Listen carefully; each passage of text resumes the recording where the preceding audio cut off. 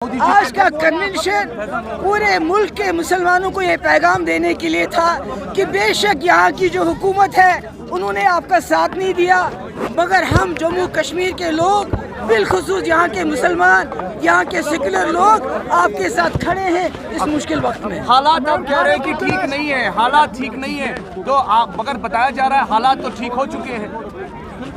देखिए हालात कितने ठीक है उसका अंदाज़ा ये लगा सकते हैं कि हम वक्फ बिल के खिलाफ यहाँ जुलूस निकालना चाहते थे, फ़लस्तीन के हक़ में यहाँ पुरअमन जुलूस निकालना चाहते थे, मगर उसकी इजाज़त नहीं होती। तो आपको खुद ही पता है कि अगर एक मामूली जुलूस से जम्मू कश्मीर का अमन ख़राब हो जाता है तो फिर ये कौन सा अमन है। फारूक साहब की स्टेटमेंट को आप किस नज़र से देखती हैं? फारूक साहब की स्टेटमेंट को वो कह रहे हैं कि सब कुछ गलत है। देखिए दुल्लत साहब नेशनल कॉन्फ्रेंस के बहुत ही करीबी फैमिली मेम्बर जैसे हैं, और आज जब दुल्लत साहब ने अपनी किताब में लिखा कि फारूक साहब चाहते थे उनके साथ 370 को हटाने के लिए मशवरा किया जाए, बल्कि वो यहाँ तक जाते हैं कि मैं असेंबली के ज़रिए 370 को हटाने के लिए तैयार था, मगर मुझसे मशवरा नहीं किया गया। ये कोई पहली बात नहीं है।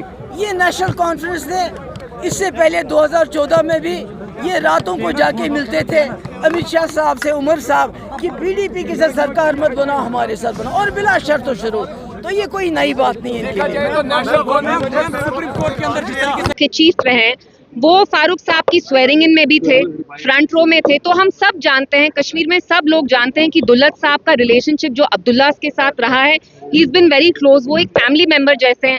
अब देखिए उनसे जो बात निकल गई है उसमें क्या है, उनने ये कहा है कि जो फारूक साहब है प्राइवेटली वो सपोर्ट कर रहे थे कि एब्रोगेशन होना चाहिए। उनको इस चीज का दुख था, अफसोस था कि बीजेपी इंडियन सरकार ने उनको ऑन बोर्ड नहीं लाया। तो कहीं ना कहीं हमने देखा है हमेशा जब भी जम्मू कश्मीर में धोखा दिया यहाँ के लोगों को, तो नेशनल कॉन्फ्रेंस की जमात ने उस चीज को लेजिटिमाइज किया। तो वैसे ही we are not surprised at all. और दुल्लत साहब जो बोल रहे हैं वो सच्चाई है, क्योंकि दुल्लत साहब इनके साथ बहुत क्लोज हैं। आपने खुद भी देखा होगा विजुअल्स, हाल ही में अक्टूबर में वो आए स्वेरिंग इन के लिए। तो इट्स वेरी सैड, क्योंकि एनसी ऐसी जमात है जिनमें इतना दोगलापन है। जब उनने यहाँ वोट मांगे तो किस बेसिस पे मांगे? लोगों को बोला कि हम 370 बहाल करेंगे, जम्मू कश्मीर का स्पेशल स्टेटस लाएंगे, जबकि सच्चाई ये है कि they supported the abrogation of article 370। तभी फारूक साहब पार्लियामेंट में नहीं गए। उनको पता था अगर वो पार्लियामेंट जाएंगे तो उनको रेजिस्ट करना पड़ेगा। तो वी ऑलवेज नोन कि जब भी यहाँ के जम्मू कश्मीर की आवाम के साथ धोखा हुआ है तो नेशनल कॉन्फ्रेंस ने उसको नॉर्मलाइज किया, उस पर वाइट वॉश किया। तो आज भी वो वही कर रहे हैं, वरना उनकी 50 सीटें क्यों आई? अनऑफिशियली तो उनकी बीजेपी के साथ ऑलरेडी अलायंस चल रही है, बहुत अच्छी अंडरस्टैंडिंग है उनकी बीजेपी के साथ। जिस तरह से PDP का कोर एजेंडा रहा है कि पाकिस्तान और इंडिया के बीच में कश्मीर को लेकर मुज़ाकरा चले, और काफ़ी बार मुख्यमंत्री साहब ने भी उससे जो है बोला है, लेकिन अभी हालिया जो है एक इंटरव्यू में आरती का कहना है, पाकिस्तान का कहना है कि वो कश्मीर के जो मिलिटेंट्स हैं उनको सपोर्ट करते हैं। देखिए I don't want to divert, I know channels को यहाँ TRP चाहिए होती है तो आप पाकिस्तान के सवाल कहीं ना कहीं ठूस के ले आते हैं,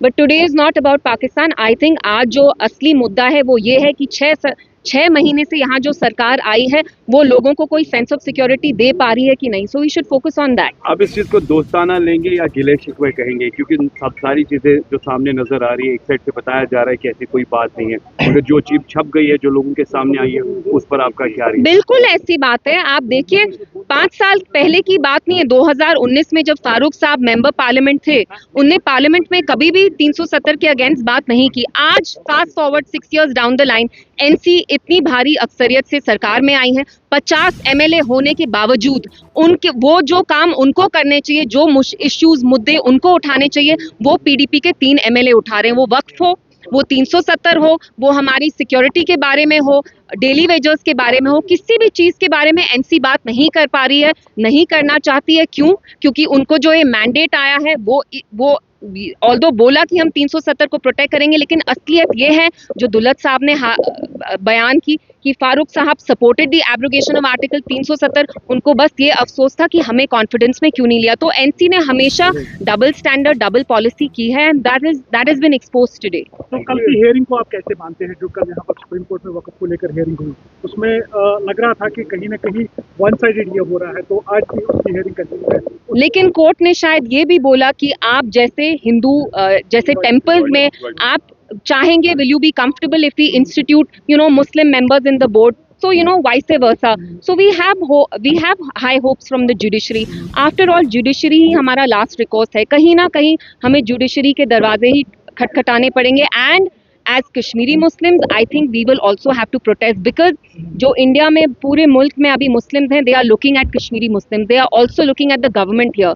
The government, NC government, might have let the Muslims of India down, but as Kashmiri Muslims, we are not going to let our fellow Muslims down. We are going to peacefully protest against this Waqf Act, which is to disempower Muslims, and it's a sinister act. Thank you very much.